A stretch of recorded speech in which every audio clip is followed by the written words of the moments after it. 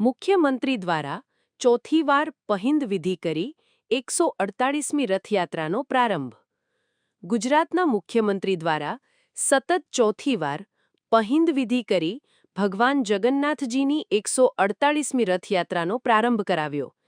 આજે ભગવાન જગન્નાથજીની 148મી રથયાત્રાની રાજ્યના મુખ્યમંત્રી ભૂપેન્દ્રભાઈ પટેલે સતત ચોથી વખત પહિંદ વિધિ કરી રથ ખેંચી રથયાત્રાનો શુભારંભ કરાવ્યો હતો. વહેલી સવારે દેશના ગૃહમંત્રી અમિતભાઈ શાહ દ્વારા મંગળા આરતી કરવામાં આવી હતી અને ત્યારબાદ રાસ ગરબા અને આદિવાસી નૃત્ય દ્વારા ભગવાન જગન્નાથભાઈ બલભદ્ર અને બહેન સુભદ્રાને રથોમાં બિરાજમાન કરાયા હતા. મુખ્યમંત્રી ભૂપેન્દ્ર પટેલ જગન્નાથ મંદિર પહોંચ્યા હતા. રથયાત્રાના ઇતિહાસમાં આ વખતે સૌ પ્રથમવાર પોલીસ દ્વારા ગાર્ડ ઓફ ઓનર આપવામાં આવ્યું હતું. મુખ્યમંત્રીએ સોનાની સાવરણી દ્વારા રથની સફાઈ કરી દોરડા વડે રથ ખેંચી 148મી રથયાત્રાનો અમદાવાદ ખાતે પ્રારંભ કરાવ્યો હતો.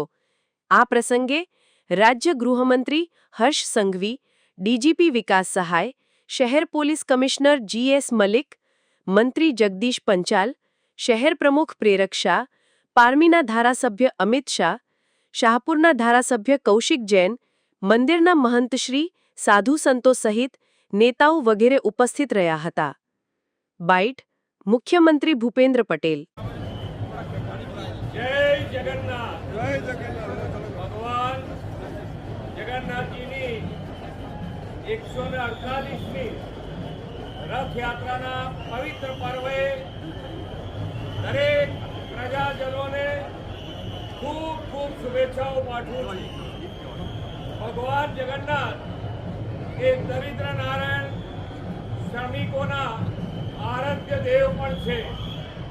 આજે માન્ય વડાપ્રધાનશ્રીએ જે વિકસિત ભારતનો સંકલ્પ લીધો છે એ સંકલ્પ પૂરો કરવા માટે આમ સૌ ગુજરાત વિકસિત ગુજરાતથી વિકસિત ભારત માટે આપણને સૌને ભગવાન જગન્નાથ ખૂબ શક્તિ આપે એવી ભગવાન જગન્નાથના ચરણોમાં પ્રાર્થના પણ કરી છે.